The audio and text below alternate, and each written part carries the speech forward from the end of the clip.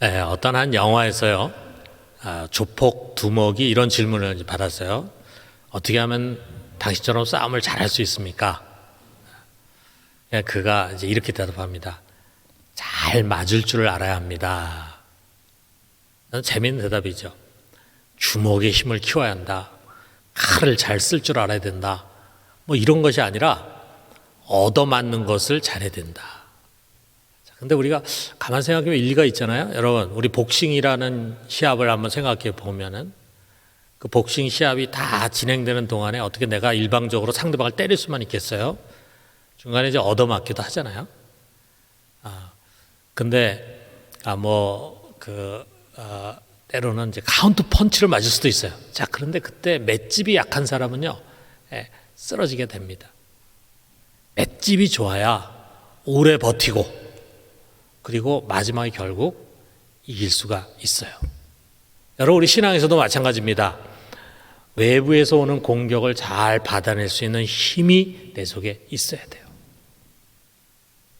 펀치가 날라오거나 칼이 들어올 때 그것을 잘 내가 소화시키고 수용할 수 있는, 그래서 그것이 내 삶을 무너뜨리지 못하게 할 수 있는 그 무엇인가 우리 속에 있어야 돼요. 저는 바울은요, 교회 사역 중에 이런 것을 이야기합니다. 데살로니가전서 5장 14절에 보면은 마음이 약한 자들을 격려하고 힘이 없는 자들을 붙들어주며 그랬어요. 교회 안에는 마음이 약한 자들이 있다 이거죠.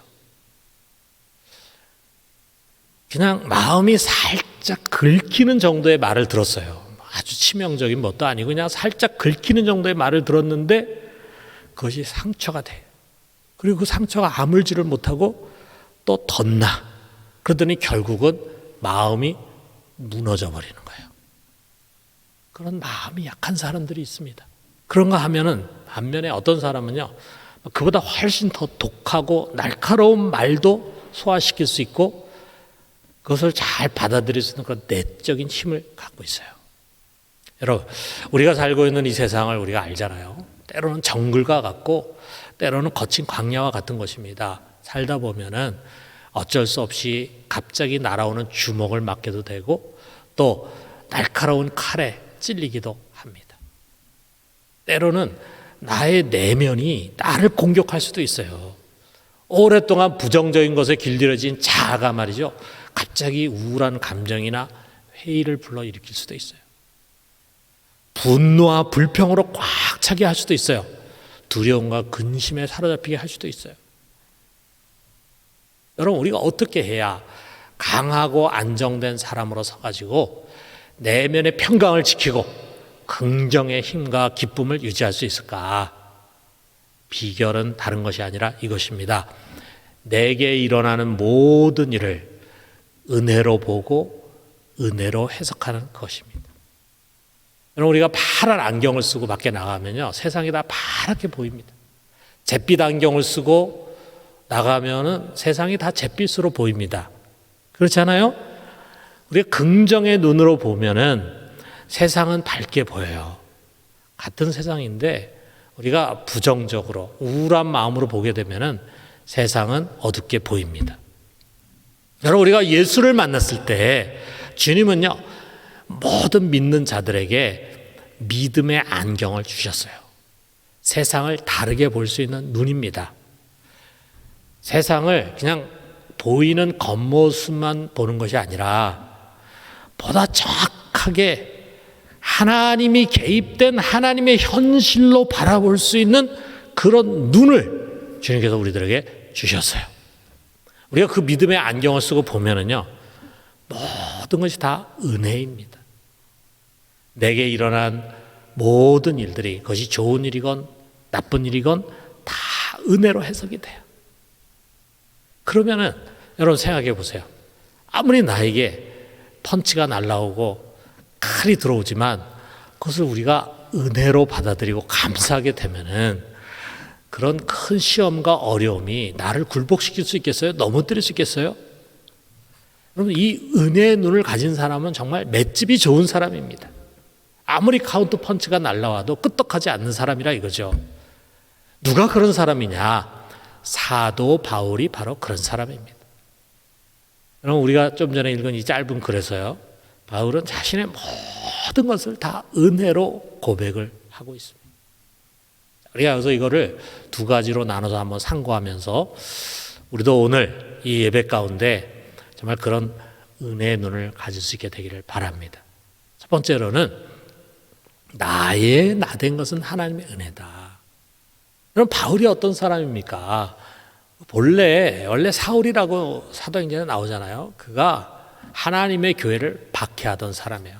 그래서 예수 믿는 사람 붙잡아가고 괴롭히고 심지어는 죽이기까지 한 그런 사람입니다. 정말 그가 말한 것처럼 죄인 중에 괴수죠. 이런 전과자는요, 사도가 될 수가 없어요. 우리가 사도가 된 사람들, 11 제자 이외에 사도가 된 사람들 보면은 정말 다 준비가 된 사람들이에요. 그런데 바울은 전과자 같은 사람이잖아요.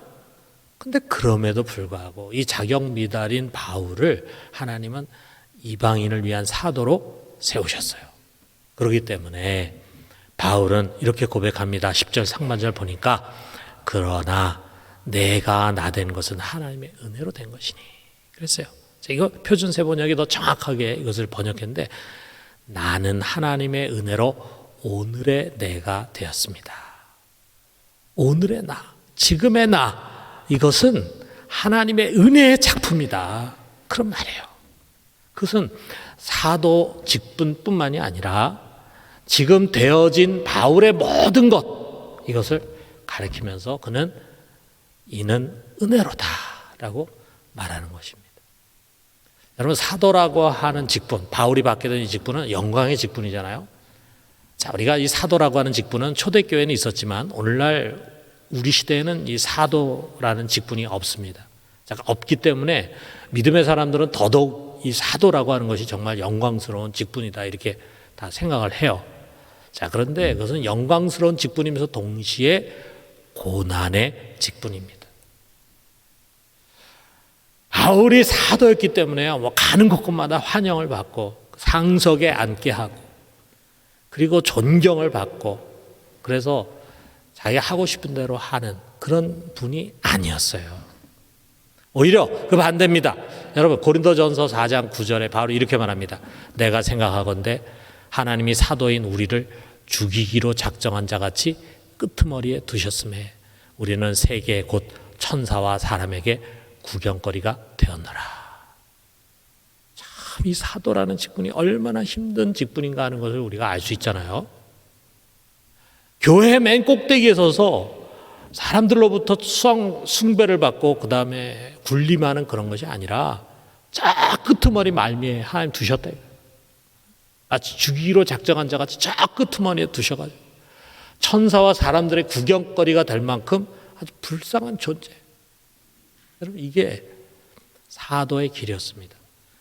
그럼에도 불구하고 바울은 하나님의 은혜다 이렇게 고백을 합니다. 여러분, 이것이 중요합니다. 여러분, 나의 나된 것 있잖아요. 지금의 나, 오늘의 나는 어떻습니까? 여러분, 자신은 어떻게 생각합니까? 자부심을 느끼고 만족스럽고 남이 부러워할 만한 것도 있을 거예요.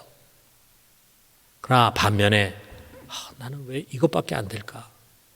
왜 나는 이 모양일까? 하면서 한탄스럽고 불만스러운 것도 있을 것입니다. 어떻게 보면 지금 내 인생은 바울의 표현처럼 저 끄트머니, 그야말로 보잘것없는 자리에 서 있거나 남들의 눈에 불쌍해 보이는 그런 모습일지도 모릅니다. 그러나 여러분, 우리가 이 시간에 믿음의 눈을 가지고 우리 자신을 봐요. 지금까지 우리가 살아온 길을 뒤돌아볼 때 나의 나된 것은, 지금의 내가 된 이것은 오직 하나님의 은혜입니다. 지금의 내가 되기까지 나의 인생에 그의 은혜가 미치지 않은 것은 어느 것도 없습니다. 여러분이 인정하지 않다 할지라도 그것은 진리입니다. 무엇보다도 여러분, 우리가 하나님의 은혜로 구원받았잖아요. 거듭나고 성도라 부르심 받게 됐잖아요. 여러분, 성도라고 하는 것이 아직 집사가 안 된 사람이 성도가 아닙니다. 여러분, 우리가 받을 수 있는 가장 명예스러운 신분이 바로 성도 아니겠어요? 성도는 세상과 구별된 자이고 죄가 하나도 없는 거룩한 자를 가리킵니다. 우리가 그런 사람이 될 자격이 없죠. 우리는 죄인이고 죄인 중에 괴수잖아요. 그런 우리를 하나님 성도 되게 하신 것은 전적인 그의 은혜였습니다. 은혜. 여러분, 지금의 나를 만드신 하나님, 나를 이 자리에 오게 하신 하나님의 은혜는 완전하십니다.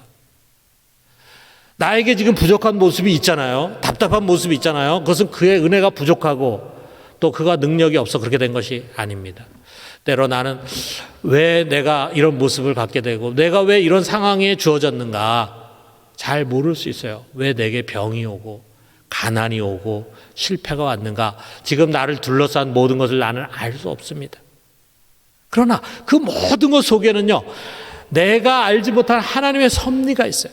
그리고 그 섭리는 한마디로 은혜의 섭리입니다. 여러분, 언젠가 모든 것이 합력해서 지금 내가 괴로워하고 고민하고 아파하고 그리고 불행이라고 생각하는 그 모든 것들이 다 합력해서 선을 이루는 모습 보면서 진정 하나님의 은혜였구나 이렇게 고백하는 날이 반드시 우리에게 주어질 것입니다. 그러므로 지금 나의 모든 것을 붙들고 이것이 하나님의 은혜였음을 고백하면서 감사와 찬양과 영광을 돌릴 수 있게 되기를 주님의 이름으로 축원합니다. 자, 두 번째로는요, 내가 더 많이 수고한 것도 하나님의 은혜다 이것입니다. 그럼 바울이 은혜로 고백하는 것이 하나 더 있어요. 자, 10절 하반절 보니까 내게 주신 그의 은혜가 헛되지 아니하여 내가 모든 사도보다 더 많이 수고했으나 내가 한 것이 아니요 오직 나와 함께 하신 하나님의 은혜로라. 자격이 없는 자를 사도로 세우신 그 은혜가 헛되지 않게 되기 위해서 바울은 다른 사람보다 다른 사도들보다 더 열심히 일했습니다. 더 많이 수고했습니다. 자, 여기에 지금 더 많이 수고했다는 이 말은요, 자신이 감당할 수 있는 선을 넘어서 일했다. 내가 요만큼 할 수 있는데 그를 더 넘어서 이만큼 일을 했다는 것을 의미해요. 근데 그것도 역시 내가 한 것이 아니라 나와 함께 하신 하나님의 은혜다라고 고백을 합니다. 여러분, 여기 바울이 더 많이 수고했다는 것은요, 그가 복음을 더 열심히 전하고 또 일을 더 많이 했다는 의미도 되지만 아울러 그가 다른 사도들보다도 더 많은 고난을 감당했다라고 하는 의미이기도 합니다. 바울은요, 자신이 걸어온 길을 이렇게 아주 간략하게 말합니다. 고린도전서 4장 11절에 13절 보니까 바로 이 시각까지, 지금까지 이 편지를 쓰는 이 시각까지 우리가 줄이고 목마르고 헐벗고 매맞으며 정처가 없고 또 수고하여 친히 손으로 일을 하며 모욕을 당한 즉 축복하고 박해를 받은 즉 참고 비방을 받은 즉 권면하니 우리가 지금까지 세상의 더러운 것과 만물의 찌꺼기같이 되었도다. 참 정말 어떻게 그가 어떤 상황 속에 살았는가 하는 것을 우리가 참 이 말씀에서 느낄 수 있지 않습니까? 그래서 그런 상황을 고린도 전 후서를 비롯해서 많은 서신 가운데 구체적으로 설명하고 있어요. 여기에 나온 것처럼 굶주리고 또 목마르고 그리고 얻어맞고 이런 육체적인 고통을 수없이 겪었어요. 아울러 많은 정신적인 고통도 겪어야 했습니다. 심지어는 자기가 전도하고 가르치고 세운 교인들로부터 비방을 당하고 거짓 모함을 당하고 배신을 당하는 그런 아픔까지 그는 경험했어요. 여러분, 하나님이 사랑하는 바울이잖아요. 그래서 하나님이 그를 불러가지고 사도로 세웠잖아요. 그런데 이런 무지막지한 고난들을 허락했다 이거죠. 왜 그렇습니까? 왜 그렇습니까, 여러분? 하나님의 일은 이런 고난의 수고가 없이는 이루어질 수 없기 때문이에요. 하나님이 뜻하시고 그래서 그 일을 이루기 위해서 그의 사역자들 세웠는데 그의 사역자들의 고난의 수고와 헌신이 없이는 하나님의 일이 이루어질 수가 없습니다. 여기에 모욕, 박해, 비방, 세상의 더러운 것 만물의 찢기, 이런 정말 힘들고 어려운 고난의 삶을 바울은 은혜다라고 고백을 합니다. 더 많이 수고하고 더 많이 고생하고 더 많이 희생한 것도 나와 함께 하신 하나님의 은혜다라고 말합니다. 여러분, 우리는요, 살아가다가 일이 잘 안 되고 고난이 오고 어려움이 오고 길이 막히고 이러면은요, 그래서 은혜의 반대라고 생각을 해요. 그러면서 낙심을 합니다. 어떻게 보면 우리가 신앙생활하고 하나님의 일을 하면서 암암리 우리 속에 이거야 라면서 생각된 공식이 있어요. 그게 뭐냐?